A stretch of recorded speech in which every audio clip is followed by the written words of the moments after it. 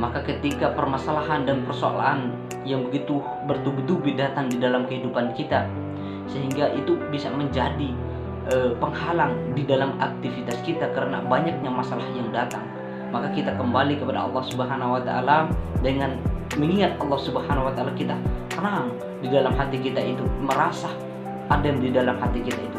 Makanya Allah Subhanahu wa taala sudah menjelaskan di dalam ayat itu. Allah Subhanahu wa taala mengatakan la yukallifullahu nafsan illa wus'aha.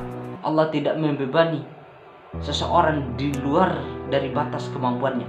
Artinya dalam kapasitasnya itu baru Allah Subhanahu wa taala berikan ujian kepada seseorang ini. Kemudian Allah Subhanahu wa taala mengatakan di dalam ayatnya, mengatakan di dalam Al-Qur'annya, Allah mengatakan fa inna ma'al usri yusra, inna ma'al usri yusra. Sesudah kesulitan ada kemudahan, bersama kesulitan ada kemudahan. Kemudian ketika kita menganggap bahwa permasalahan dan persoalan yang datang di dalam kehidupan kita ini sungguh mustahil untuk diselesaikan, maka kita kembali kepada kisah-kisah yang sudah diberikan, yang sudah dicontohkan oleh orang-orang alim terdahulu, kisah-kisah para nabi, kisah-kisah para rasul. Salah satu kisah yang memberikan motivasi besar kita adalah ketika kata tidak mungkin kita dalam pemikiran kita itu, ketika Allah berkata lain, maka sesuatu hal yang tidak mungkin itu akan benar-benar terjadi.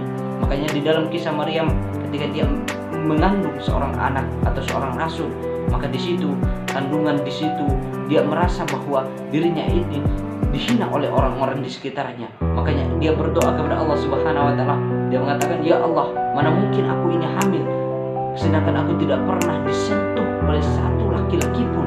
Kemudian Allah Subhanahu wa taala menjelaskan melalui firman-Nya. Allah Subhanahu wa taala mengatakan, begitulah, demikianlah Allah Subhanahu wa taala ketika menciptakan manusia atau ketika menciptakan sesuatu hal, maka dia cukup mengatakan terjadilah, maka sesuatu hal itu terjadi.